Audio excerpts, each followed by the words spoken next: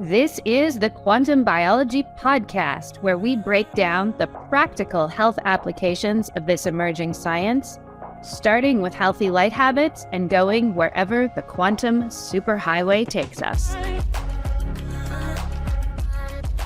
In this episode, quantum clinician and educator Carrie Bennett walks us through her discovery of quantum biology, from her start as a biology major to her journey through fascial therapy and nutrition, and into the new paradigm that connects it all. If you follow Carrie on Instagram @CarrieBWellness, this is a great overview of her work and approach, covering her years of research into the science behind quantum health and hydration. Carrie is also the lead faculty member of the Applied Quantum Biology certification. This is an episode you may want to bookmark for multiple listens. Enjoy. My name is Carrie Bennett, and I am what I guess I call myself now a quantum nutritionist because I've made the jump to recognize the importance of circadian rhythm and sunlight and all the stuff that we can talk about and the importance that it plays in health, and particularly how it's affected my journey. So I do see clients on a regular basis. I've got my own private practice where I see clients on a regular basis, and I love to delve into not only nutrition, but actually how nutrition relates to sunlight, hydration, and grounding. Those are big for me. And they became big for me because I guess my own personal search for optimum health, I don't have a specific one debilitating condition that really kicked me off into this journey. Instead, it was almost like always searching for something that was maybe happening in my life, in my body at the time. And it led me to another thing. And then, here I am in this quantum realm today. So it started off basically, I was a college athlete, and I was a decrepit college athlete at the end of my senior year. I'd had shoulder surgery, I had ankle sprains, my knees felt as creaky as could possibly be, woke up in pain, I couldn't recover. And it was like, wait a second, this isn't normal for a 23-year-old. Why does my body feel so beat down, so broken down? I guess partner that with the fact that I went to a small liberal arts college. So I went to Kalamazoo College, which is known partly for its science department. So, I've dove into science all throughout college. And, it was basically like when you graduate with a biology degree from Kalamazoo College, you should become, a doctor or a PhD. And I had this mental breakdown at the end of my senior year. It just didn't feel like the right path for me to explore. And I knew my body was calling me in some way.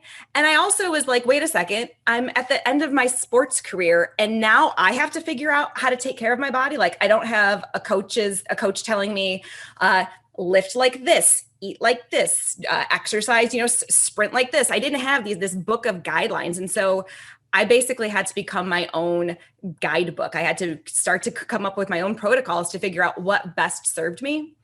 And so, I had a lovely conversation with my very supportive parents and said, this was a beautiful college experience. Thank you. And now I want to become a massage therapist and I want to become a personal trainer. And they were like, okay, And so I basically went from this hardcore science, background in college and undergrad to then all of a sudden I'm in this way more esoteric, this almost like I can't conceptualize what's going on in the body in massage, but massage feels good. And and it felt great to my body. And when I hold these acupuncture points on other people and on myself, I can feel change happening in the body. And then, I always felt great with movement, with exercise. And so why all of a sudden then when I'm taking my movement maybe more outdoors, am I feeling better in my body with the specific type of movement? And so this all combined to really make me recognize, wait a second, there's something going on in the body that's beyond what I studied, of this old school model of the cell as this bag of water, basically with a bunch of random proteins in it that's doing work. And it's helped me really connect what's going on in my body with what's then going on at the very, very deep subatomic particle level, but then how I can apply these things that I've learned in order to just not only maximize my health, because now, I'm 40, almost 40, and I feel amazing. I feel 100 times better than I did when I was a college athlete, when I should have been at the pinnacle of my physical health, my fitness level. And then just as a side note with that, I've had 3 children since then, right? So I've got 3 babies, 3 beautiful children. And after my first child, my health just tanked. And I didn't know what it was at the time. So like any good science nerd, I said, I'm going to figure it out. I'm going to go get a master's degree, right? So let me learn about myself and get a master's degree. So I got a master's degree in applied clinical nutrition to basically try to heal my gut issues, to heal my insomnia, to heal my like super low energy, what I guess you would think about these days as adrenal fatigue, which is not a term that I tend to use, but that's one of the words that we hear thrown around. And I recognize that I was as blue light toxic as is humanly possible. And that excessive blue light at night, sleeping with the nightlight on, my kids sleeping with the nightlight on, me staring at this phone then in the middle of the night, asking myself, why isn't my kid sleeping? Google, tell me why my kid's not sleeping. It all started to tie together, and then I found the work of some amazing quantum minds, right? I keep a running list of I got 40 quantum minds that I love. I'm sure there's plenty more out there, but it all started to come together. It was like my light environment was what made me feel good when I switched to working out outside and being outside more. My light environment shifted when I had a baby and was trying to get this baby to sleep through the night. And then I started to fall down that rabbit hole of, the quantum realm. That is really where it's at. And so I've been applying it to myself and then to my clients for a while now. And it's my go-to. It's my number one go-to in terms of taking care of clients and myself. Wow. That's a fantastic story. I love it. You might need to share your quantum minds list with us. Ta-da. I keep a running tally. I was like, I gotta go back into that person's work. Yeah. And that's how we operate. We just kind of keep looking and we're like, we found someone talking about it. It seems right. Like grasp. Exactly. That is such a cool story. I love it. I also found this because of postpartum chronic fatigue. And just not wanting to micromanage food for 3 children for the rest of my adult life. 100%. There has to be something else I'm missing. When I believe the phrase was that Jack said was, you can eat shit on a shingle if you're outside, right? Like that's one of his go-tos. And I was like, wait a second, I really got to break this down and figure out what's going on. Yeah, exactly. So I'm curious, I'd love to explore a little more because my understanding is that traditionally trained biologists still believe that there's no quantum mechanism at work in a biological system. Can you talk about your journey from one paradigm to another? 100%. Yes, absolutely. So, and I want to preface this by saying I've loved my undergraduate education in biology. It just really looking at the body on such what I thought was microscopic level was really cool to me. But now looking back at it, I realized that I think 2 of the most important aspects of biology are really missing from this. Number one, I think the water gets taken out of the study of biology all the time. And then light, photon, energy, like that gets taken out. So the electrical component of the body gets eliminated as well. And so when I studied water 20 years ago, or when I studied biology 20 years ago, it was, and when the mitochondria make energy, this ATP, this master molecule, right, they also make water, but don't worry about the water. Or like in chemical reactions, biochemical reactions, it was like, and water is a byproduct of what like the real star is over here. And so I didn't really have any concept of how important water was until I got into massage therapy, and you can feel the difference in a biological system when someone has hydrated tissue versus dehydrated tissue, and how simply drinking more water or moving in a way that hydrates the tissue makes people feel better.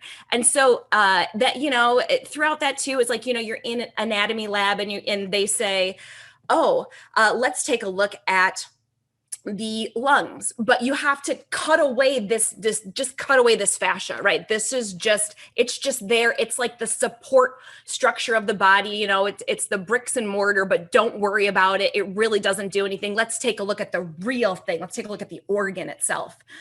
And when I actually felt fascia change for the first time under my hands with pressure and myofascial release techniques and things, it was amazing. I was like, wait a second, that's not just like this dead spider web that I saw in an anatomy lab. That's actually living tissue with energy. It's wild, right? But Fritz Pop, we actually release biophotons from our hands.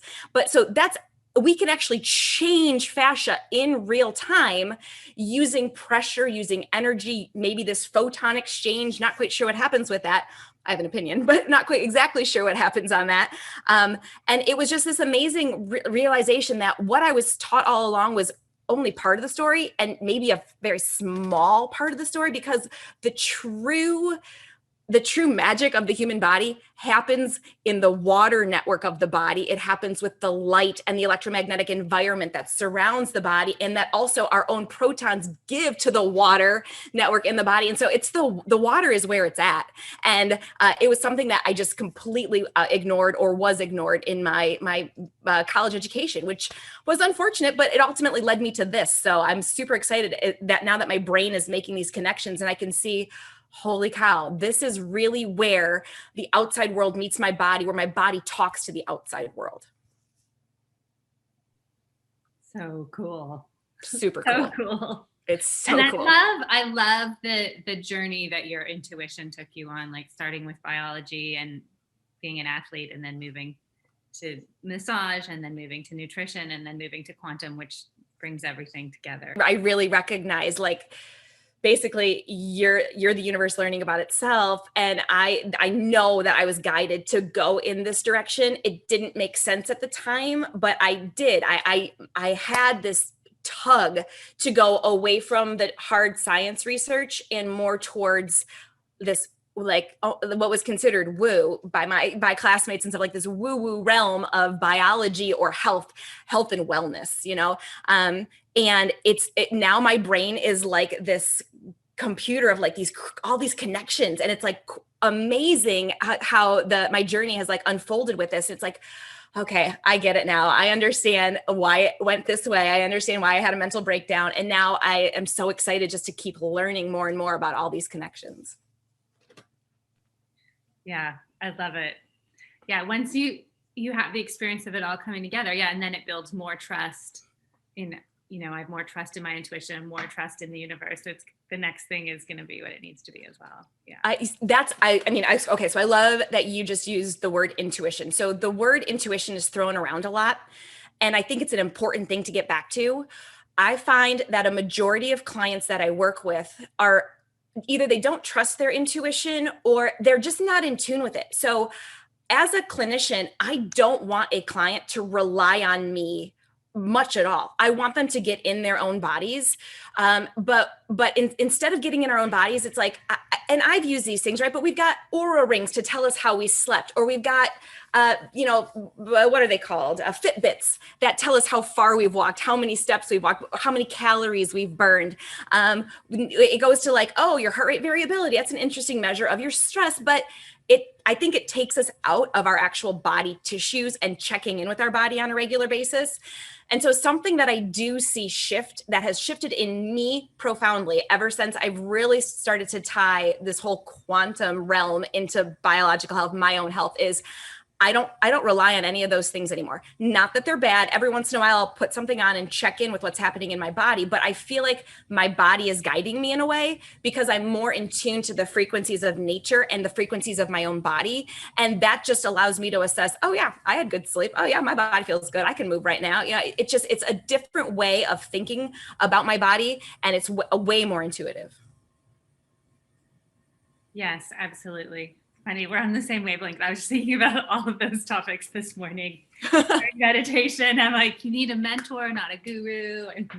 Right. And paying attention to your light environment naturally connects you to nature, right? Like I can go outside and be like, oh, the sun is at that point in the trees. It must be this time of day, right? Like I never would have, and you're exactly right. It's like, yeah, as opposed to being like, what time is it exactly? It's like, oh yeah, the sun's just coming up. That's why my brain is starting to wake up. I'm feeling it now, as long as I'm outside, right?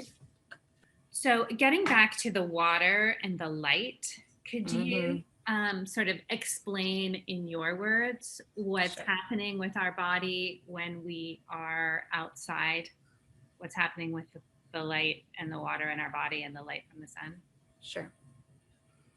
Okay, so when I started to realize that the health of our body really depended on our light environment, and I think of our light environment both as what our external light environment and our internal light environment, and then the water network of our body, and then as part of the light, I guess you would call it, right, the electromagnetic spectrum that we surround ourselves with, I started to recognize that the only way all those things could really interact and we could get this instantaneous communication throughout the whole body system is through a connective tissue network we have called fascia. So back in the day when I was in college, there was this exhibit that came that was traveled around the world. Right? I think it's called the Body Works exhibit, where you could, see plasticized, human figure, if you will, in various ways. And one of them that stuck with me was every single blood vessel got plasticized, and then all the rest of the tissue got dissolved away.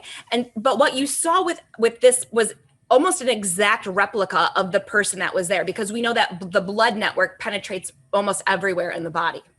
And so then it got me thinking, but wait a second, there's actually a network even more profound than that is even further reaching and deeper reaching than the circulatory system. And it's called our connective tissue, our fascia, our living matrix. And a pet peeve of mine is that we don't have one word to describe it, because I think it's been ignored because of that. It's not like a heart organ, right? It's not this organ that we can see. It's everywhere, to the extent that literally every single piece of my connective tissue, my fascia, collagen, call it what you want, literally touches the DNA and all of the organelles inside of every single cell. So we now know that this tissue goes from these big bands, like this IT band along the side of my thigh, all the way to the deep, deep parts of my cell. It surrounds my cells as part of my extracellular matrix. So it helps the cells keep a certain configuration in tissues. And then it actually, through these things that were discovered called integrins or integrins, it actually travels into the cell, forms this architecture called the cytoskeleton of the cell. And then it actually goes deeper. It penetrates into the nucleus of the cell. And then it is the nuclear matrix and touches the DNA. And the crazy part about it in my brain is that, so this connective tissue literally goes everywhere. It connects everything, and it's surrounded by water, and it's surrounded by a very specific type of water called exclusion zone water that I think gives the whole body the ability to create this communication network, this coherent network that then can interact with the light outside, the light inside, electricity, and all of it all comes together through the connective tissue. That's so cool. I didn't really know about that. For me, it's a different realm of looking at quantum. I am a huge believer in circadian rhythm. I think that is super important, right? The sun basically tells that control tower, what's happening. But my brain, and this was true in undergrad too, and true in my quantum investigations, was how does it happen? How do these things happen instantaneously? Or how do these things happen in this in molecular biology? When I'm sitting in class, I was like, it's okay, interesting, something binds to the receptor, you get this like G coupled protein action, this downward cascade in the cell. So like something happens where it's seemingly a bunch of reactions inside of the cell, but what coordinates all that? And so then I came to realize, through the work of, Fritz Popp and Mei-Wen Ho, that all of this is connected via light. Light is like the speed of light. So the speed of light, things can happen so quickly in the human body through light and electricity, which is just another form of light, right? Through light that literally coordinates every single cellular task at all the way throughout the body.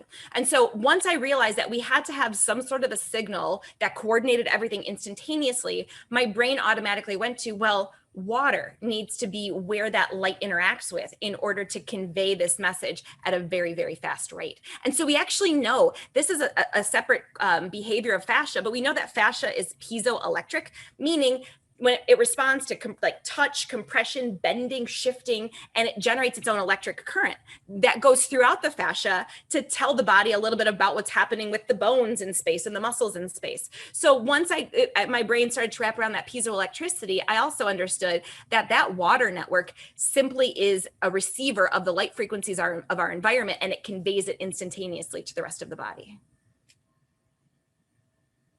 Right? Yeah. Right. Oh, man. Go water, go fascia. Okay, so now that makes perfect sense why you are very focused on hydration.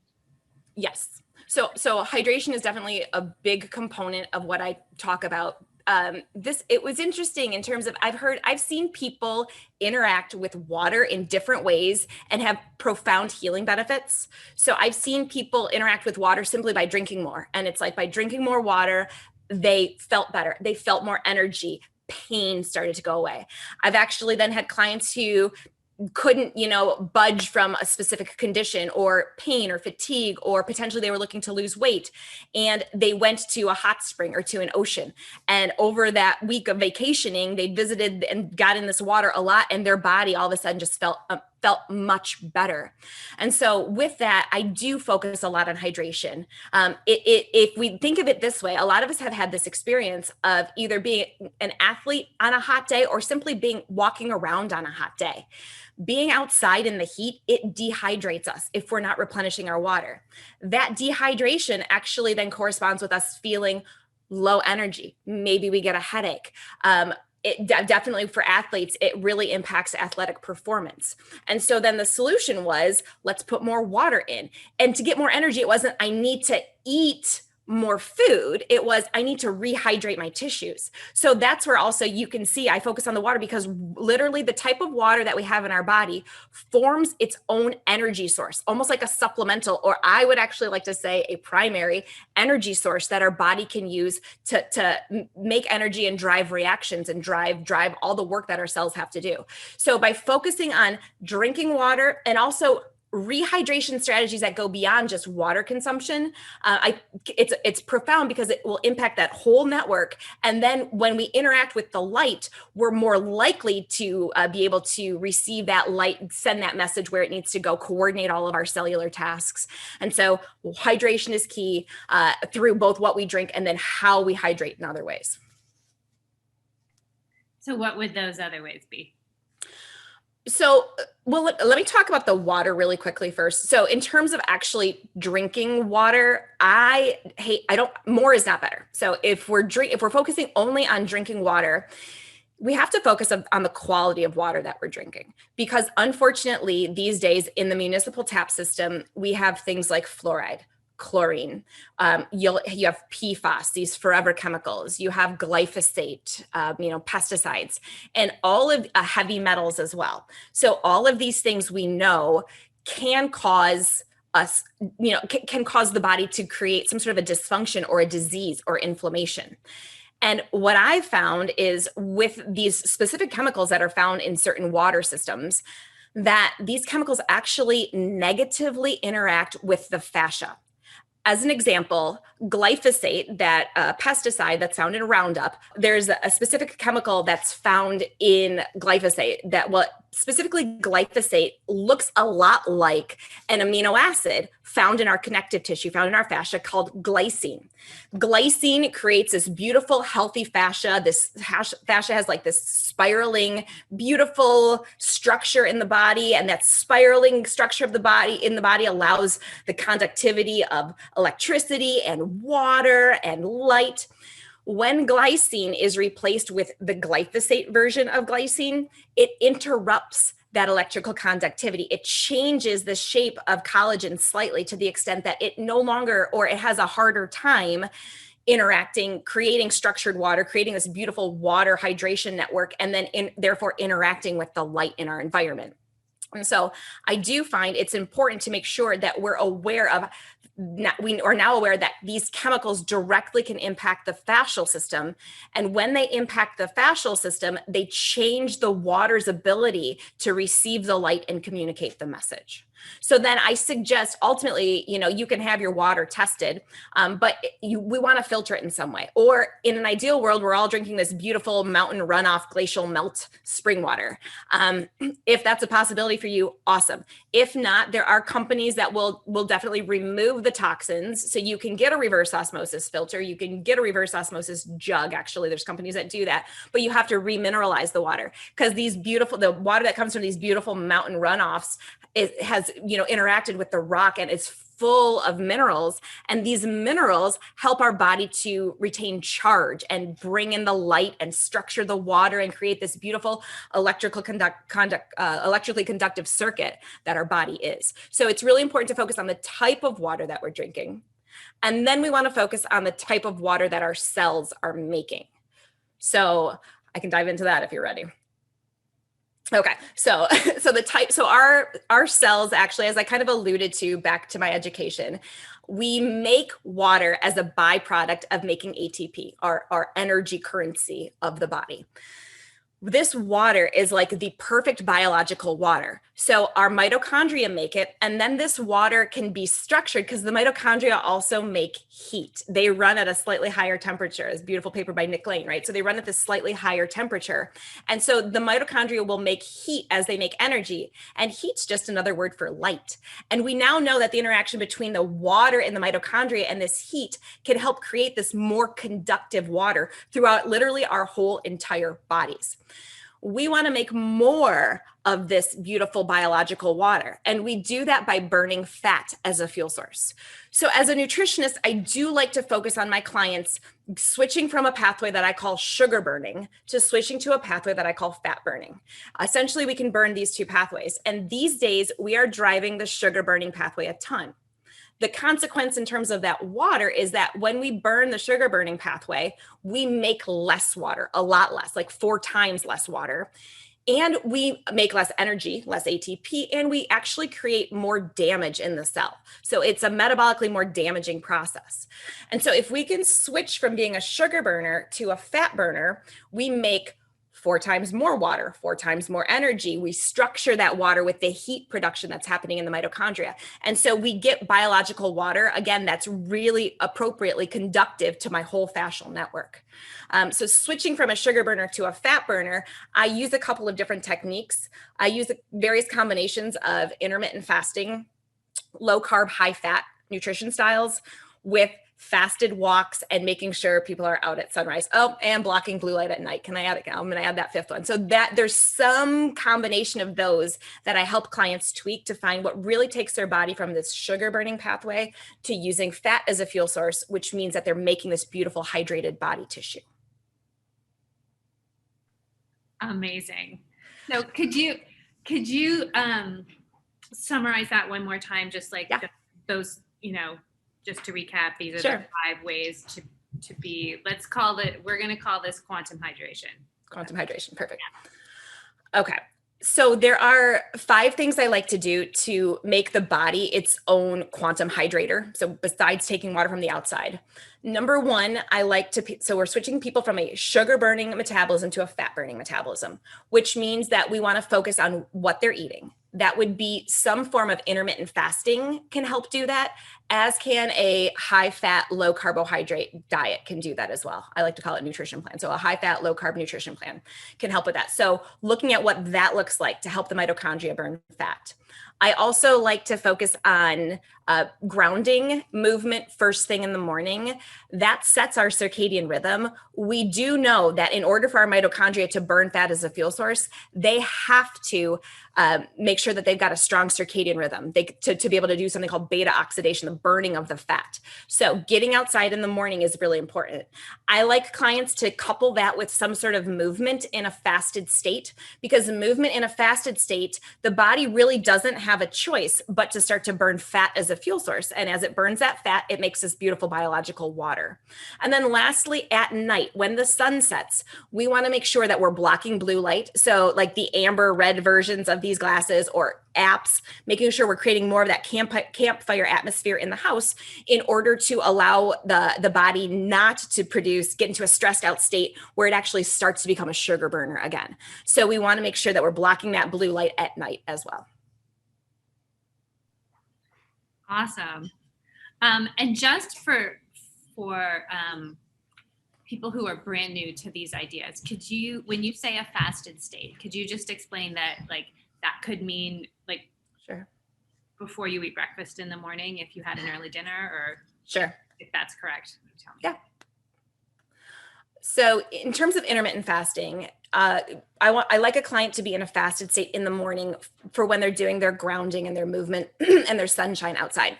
So a fasted state looks like this. They'll cut dinner off the night before, and it's appropriate when that dinner and the meals are actually low carb, high fat, but especially dinner, that low carb, high fat dinner. Let's say we cut it off at 6 p.m. I like for clients to try to wait 16-ish hours. Sometimes some clients love to do more than that, and that's fine.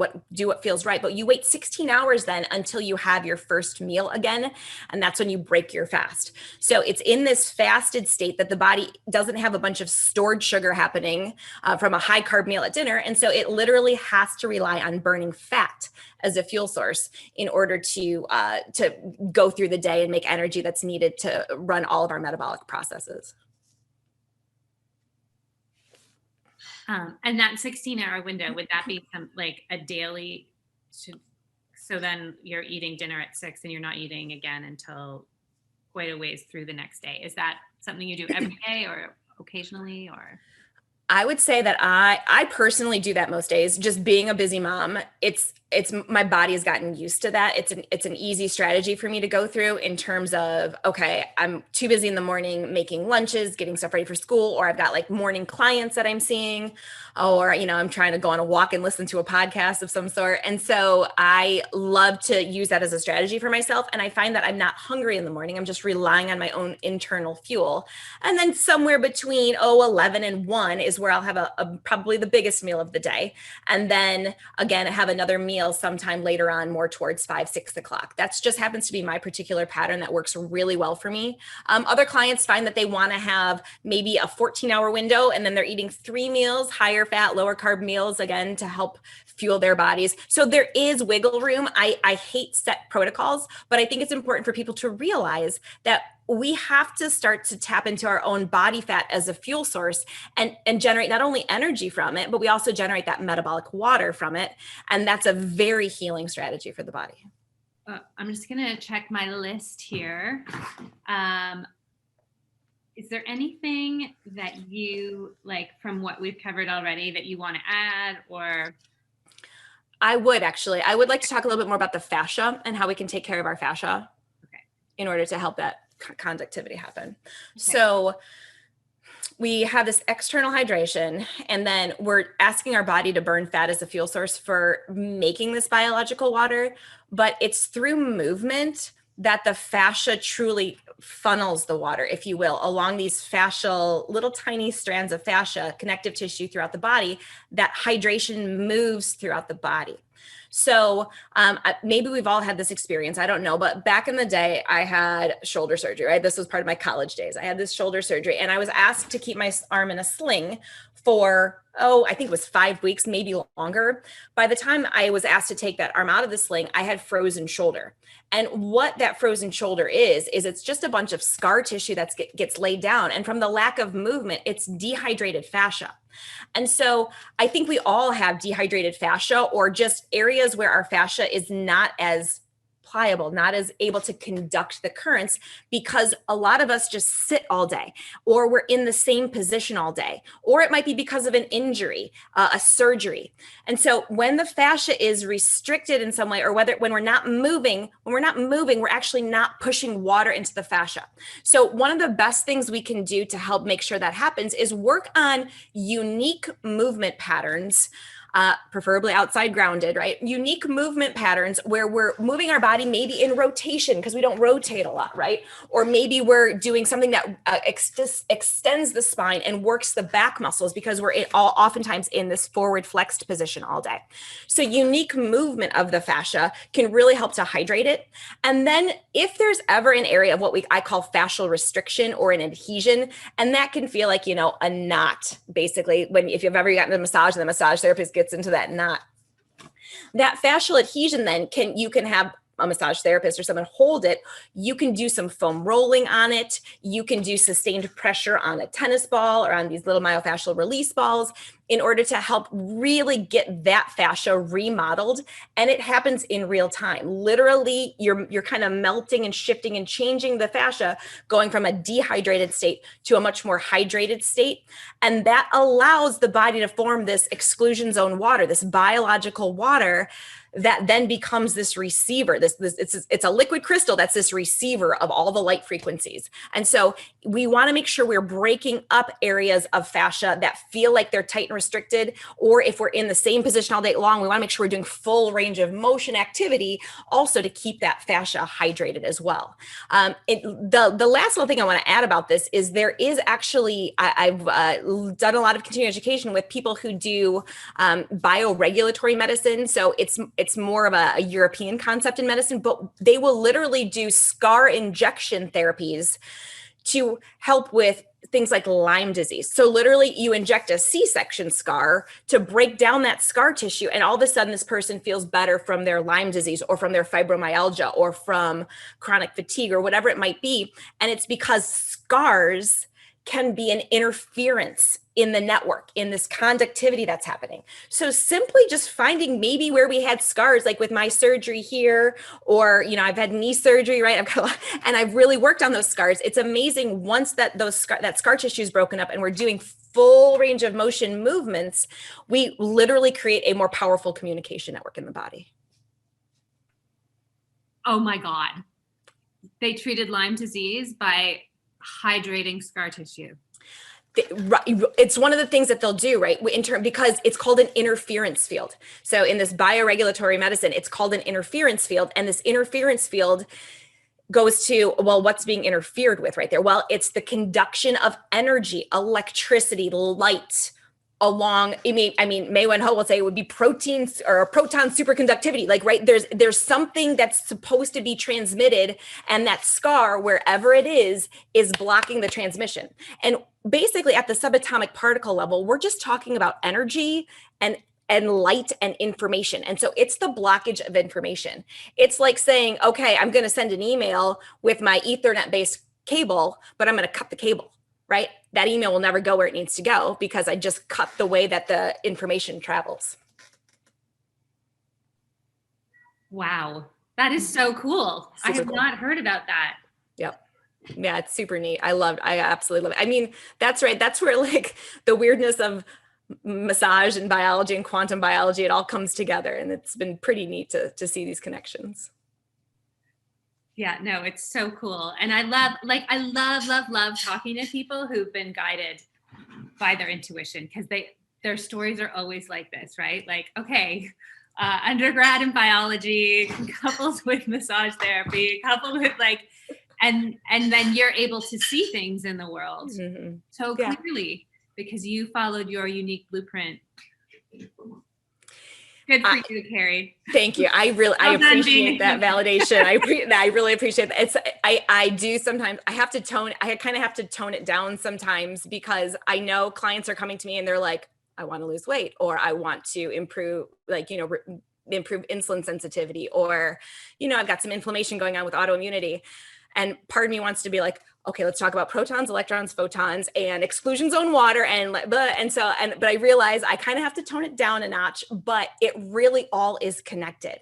And once people start to just kind of grasp this concept of how things are all interacting with each other, it becomes more of a, oh, okay, I get how this impacts that. And I find that clients are more find what I call wins, find their wins in smaller things, because they understand that a small stimulus at the quantum level impacts the whole in a really profound way. So if a win was simply, hey, this whole week I saw every sunrise and every sunset, I was only out there for 30 seconds, but that's like the biggest win in my world, right? I saw a sunrise and a sunset, and at the quantum level, that can be a game changer in terms of the healing capacity of the body. Right? Yes. Oh, I love how you explain it. Thank you so much, Carrie. That was just fantastic.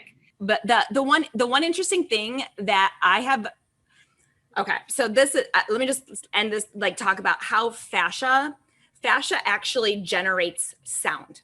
So it can generate its own sound, and not a lot has been done on sound waves. And at least I haven't learned a ton about sound waves and its ability to impact this quantum network, although I know it happens. And so fascia actually makes its own sound and different types of sound when it's sliding against each other. So part of that slide will hydrate it, but then it also is generating its own vibrational frequencies that we then know via the work of this researcher, I think he's at Ohio State, John Stewart Reed, who shows that actually this can help build exclusion zones, based on Gerald Pollack's work, this hydration aspect. So this exclusion zone water, simply based on the sound alone, and that different sounds can do different types, will build different types of exclusion zones. And so that's fascinating, right? Because sound could be a song that we like. Sound could be just us humming. Sound could be a lot of things for us. And so that aspect of how sound interacts with tissues to interact kind of at that subatomic particle scale is just a fascinating area in my brain. Yeah, that is super cool. And we've actually had a couple emails of people being like, light is really important. When are you going to do sound? Yeah. I mean, even the fascia has its own thing called second harmonic generation. Well, I should say the exclusion zone water that's in this liquid crystalline form inside of the body. So you've got this fascial network, right? And it forms it interacts with the water. So water surrounds all of our fascia, and this water creates what's called a liquid crystal. That's Gerald Pollack's work. And this liquid crystal, we know that it can generate what's called it's called second harmonic generation. So when a photon of light interacts with it, it actually changes the wavelength of the photon of the light pattern, and it creates its own vibration, its own resonance frequency, its own resonance. And so there's this, so my brain goes to, okay, well, what is the implications of that in terms of human physiology at the really subatomic particle level? Yeah, so cool. Cool. Is that would be like the area of sound healing and that kind of thing? I think it's sound healing. I think that has to do with sound healing. I think that's also even things like thought, because I think thought is its own internal sound. And if thought is its own internal sound, we know thought generates its own electromagnetic waves, frequencies. And so my own internal sound, what does that look like in terms of the health of my body? I think my internal thoughts, my internal sound interacts with this water network, this liquid crystal in my body, and sends a message to the body. And so that's why we also oftentimes see, I think we see postural changes in conjunction with specific conditions. So for example, depression, right? And so we get this interaction of my own internal thinking and then the fascial network and these restrictions that happen. And we get this posture that then this posture reinforces this poor conductivity of the information everywhere that just then may reinforce these thought patterns as well. So I really think that whole system is interrelated. So interesting. Mm-hmm. You're going to have such an interesting career, Carrie. I'm excited for you. Thank you. I really, really appreciate interacting with you both. Oh, thank you so much. Thank you. This has been the Quantum Biology Collective podcast. To find a practitioner who practices from this point of view, visit our directory at quantumbiologycollective.org. If you are a practitioner, definitely take a look at the Applied Quantum Biology Certification, a 6-week study of the science of the new human health paradigm and its practical application with your patients and clients. We also love to feature graduates of the program on this very podcast. Until next time, the QBC.